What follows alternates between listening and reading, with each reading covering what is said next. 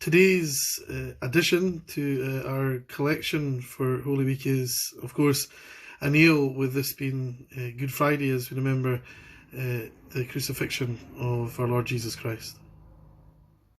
Our reading today is taken from Luke's Gospel, Luke chapter 23, from verse 26, the crucifixion. As they led him away, they seized Simon from Cyrene, who was on his way in from the country, and put the cross on him, and made him carry it behind Jesus. A large number of people followed him, including women who mourned and wailed for him. Jesus turned and said to them, "Daughters of Jerusalem, do not weep for me. Weep for yourselves and for your children. For the time will come when you will say, 'Blessed are the barren women, the wombs that never bore, and the breasts that never nursed.' Then they will say to the mountains, 'Fall on us,' and to the hills, 'Cover us.' For if men do these things when the tree is green, what will happen when it is dry?" 2 other men, both criminals, were also led out with him to be executed. When they came to the place called the Skull, there they crucified him, along with the criminals, one on his right, the other on his left. Jesus said, "Father, forgive them, for they do not know what they are doing." And they divided up his clothes by casting lots. The people stood watching, and the rulers even sneered at him. They said, "He saved others. Let him save himself if he is the Christ of God, the chosen one." The soldiers also came up and mocked him. They offered him wine vinegar and said, "If you are the king of the Jews, save yourself." There was a written notice above him, which read, "This is the King of the Jews." One of the criminals who hung there hurled insults at him. "Aren't you the Christ? Save yourself and us." But the other criminal rebuked him. "Don't you fear God," he said, "since you are under the same sentence. We are punished justly, for we are getting what our deeds deserve, but this man has done nothing wrong." Then he said, "Jesus, remember me when you come into your kingdom." Jesus answered him, "I tell you the truth. Today you will be with me in paradise."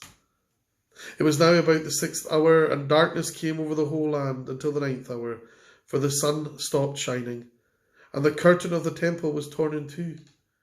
Jesus called out with a loud voice, "Father, into your hands I commit my spirit." When he had said this, he breathed his last. The centurion, seeing what had happened, praised God and said, "Surely this was a righteous man." When all the people who had gathered to witness this sight saw what took place, they beat their breasts and went away.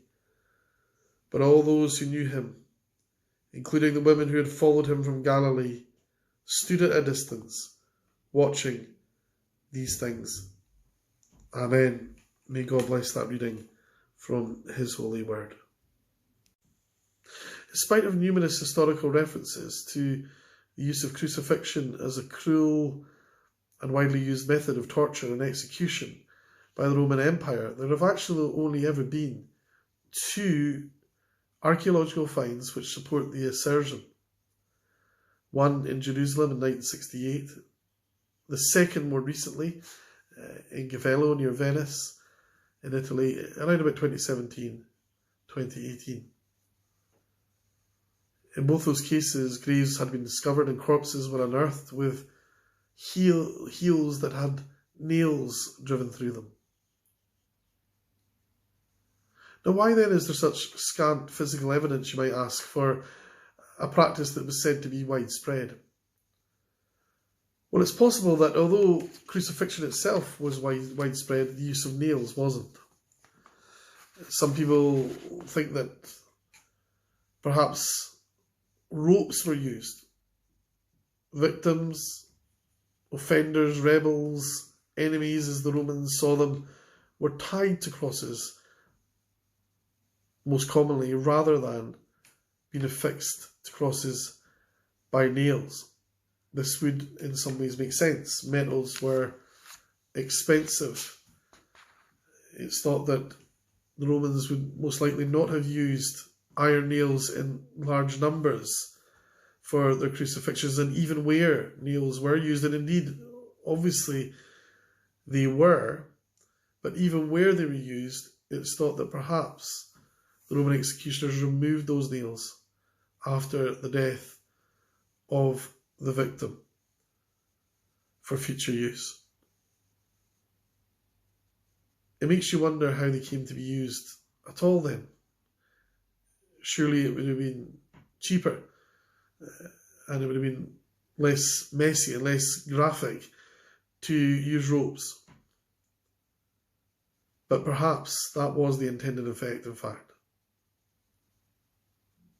Using nails increased the sense of terror. Using nails increased the horror of the spectacle. And perhaps that was Rome's intention, to send out a very graphic message to all who would resist the rule of Rome, that you do not mess with the Roman Empire.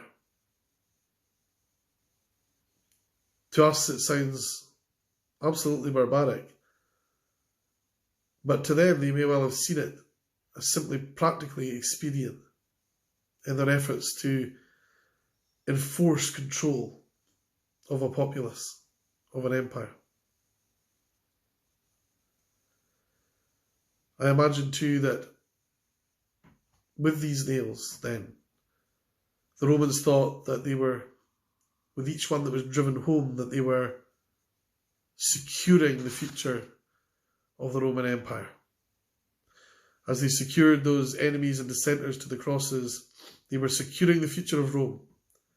With every nail they drove home, they were further cementing the empire's rule over the world.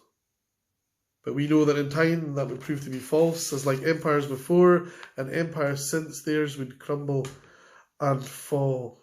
And when it came to the crucifixion of Jesus, let's reflect a little bit about those nails and what those nails were and weren't doing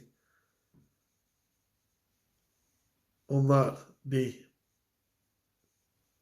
Those solid iron nails weren't securing very much at all for Rome. In a practical sense, they weren't even securing Jesus to the cross, because no matter how many nails they had used, they would never have had enough to keep Jesus there against his will. And nor were they securing any legacy for Rome. The only kingdom being secured in Jesus' crucifixion was God's eternal kingdom. And so for us, these instruments of terror lose their power to shock and to sow fear. And so too did sin lose its power to secure us, those who trust, those who believe in the Lord Jesus Christ, to secure us to the penalty of death. As the wonderful Stuart Townend hymn goes, it was my sin that held him there until it was accomplished. His dying breath has brought me life. I know that it is finished.